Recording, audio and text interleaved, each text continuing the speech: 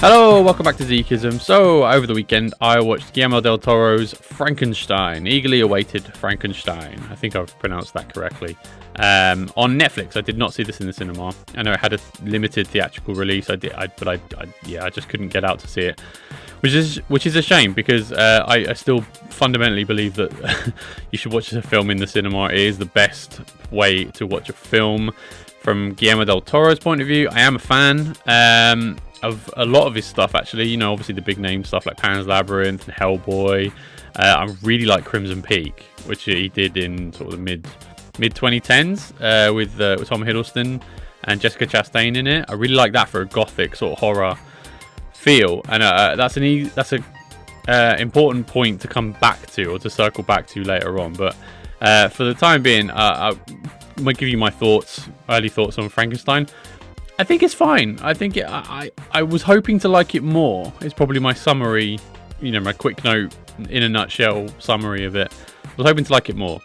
And so I have sort of semi issues with it, but not that it was a bad film, because it isn't. It's really well made and it's really well shot. I guess I was probably just looking personally for more from it than I actually got from it, but we'll circle back to that. From my experience with Mary Shelley's Frankenstein, I really liked the book. I read it when I was a teenager, when I was at school, and I really liked it. I read all those sort of old gothic horror novels because I was in that period of my life where that was cool. And so, yeah, Mary Shelley's Frankenstein, it's very, very deep. I remember it being very long. And I did like it because I liked that sort of horror vibes. And yeah, I'm a fan of the book, should I say. And so I've got fond memories of reading the book.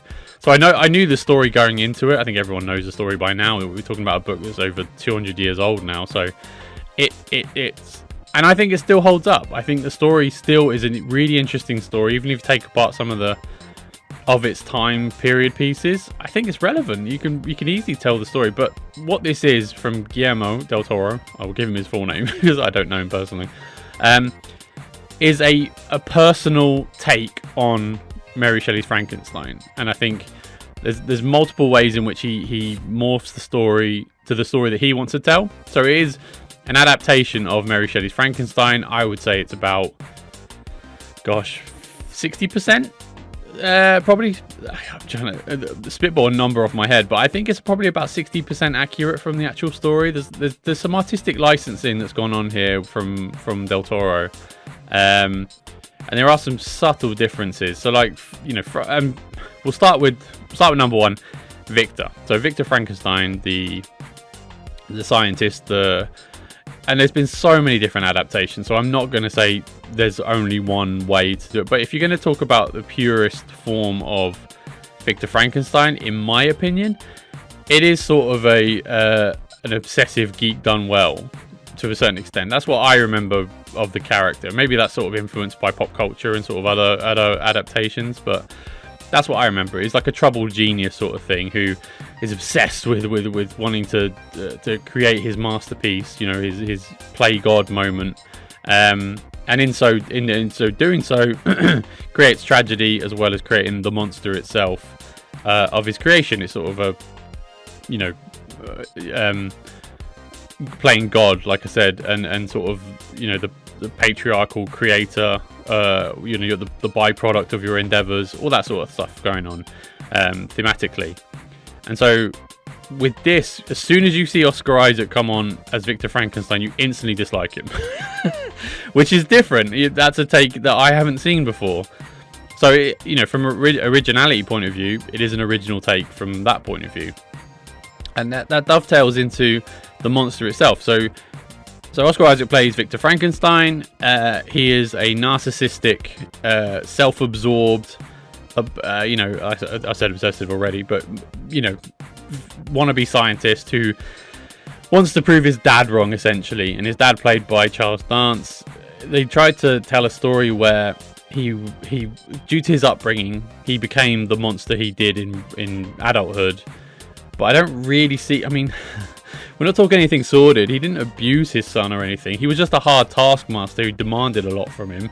He canes his hand at one point, but he is really just a a strict dad who's really hard to like. That's pretty much what I saw on screen. And so, not to downplay the sort of themes he's trying to get at, but from what I saw, it didn't really explain why he turned into such a douche in adulthood, and ultimately does what he does throughout the film. Some of his behavior I find weird. Oscar Isaac, he is good in the film, weirdly, but I struggled to buy into the character he was playing based on the circumstances in which the character was created. That was what the challenge was for me, and I think that's contradicted with the monster. The monster is absolutely sympathetic from the word go. He's basically played as some sort of child. Basically, he's played as a child throughout the film, pretty much until the end, where he's, obviously been created by Victor, and Victor is a narcissistic arsehole who basically just abuses him the entire time. He hits him, he threatens him, he's just a nasty piece of work, and so that influences the decisions that the monster does.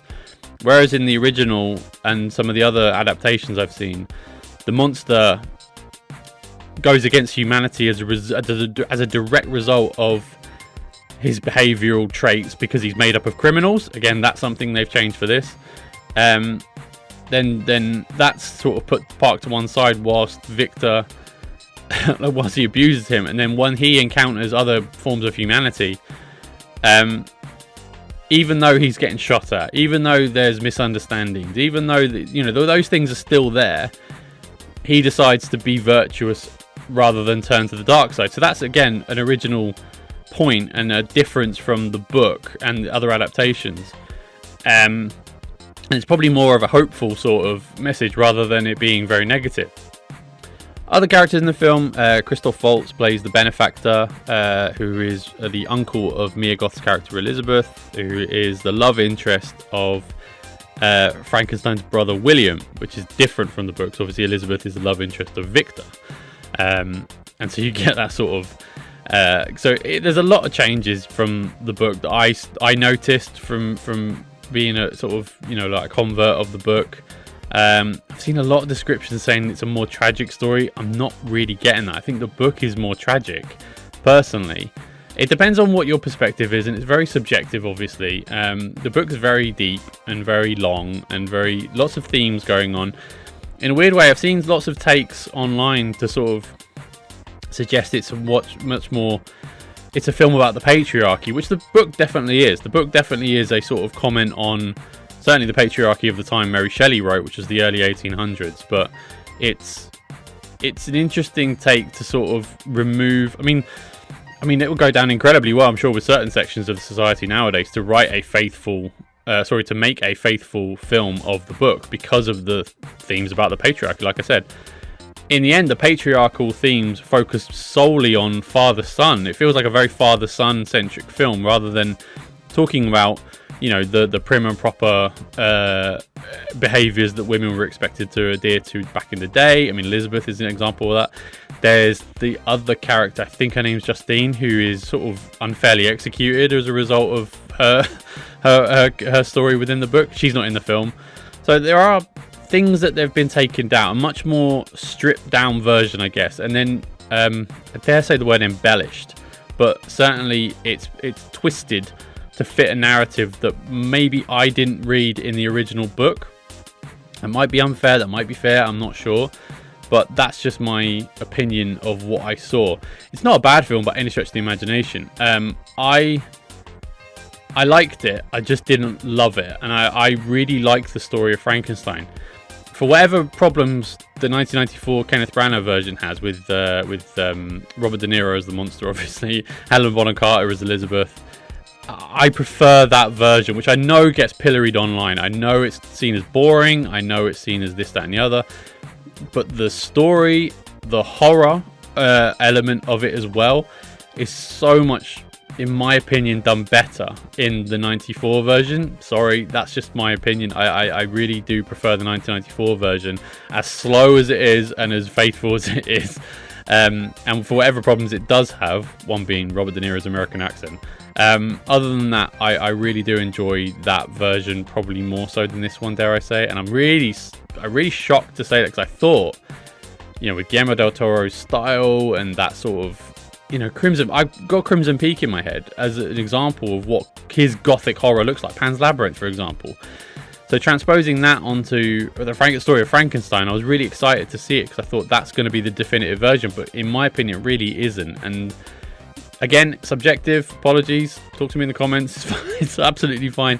But I really struggled to like this version. Not just because the lead character is a complete douche. It's fine. He does douchey things in the book as well. It's just not a total douche. And I don't think there was as much nuance in Oscar Isaac's performance as I think people are reading into. Which is, this is just my opinion. I think there's not a lot more there other than him being the antagonist, and only the antagonist until the last 2-3 minutes. That's pretty much it, without spoiling anything. But if you know the story, you know the story. Yeah, I would have loved a more horrific monster as well. I know he's sympathetic, so it's a different take, and Del Toro always sympathizes with the monsters. I think that's one of the reasons he liked doing Frankenstein in the first place. In my opinion, I prefer a more monstrous monster who's got a dark side. Not just a dark side because he has the capability to be violent and chooses not to be. It's more just in this version he's a product of his environment more so than the makeup of him. You know what I mean? So again, it's a modern take. Perhaps you could read into it a modern take on a 200-year-old story, but for me, I struggle to love it as much as I thought I would. And I you know, in terms of the filmmaking, obviously it's a really well-made film. I think there are action set pieces that work, especially the beginning and midway through the film. I think there's some really good. For people looking for action scenes with the monster, you definitely get that. So that's different from the other takes I've seen. And not the schlocky ones. I mean the actual sort of, you know, lovely versions of Frankenstein, should there be one. But for me, those scenes are good. But again, what's the sort of point to it? Because the story isn't clicking with me too much.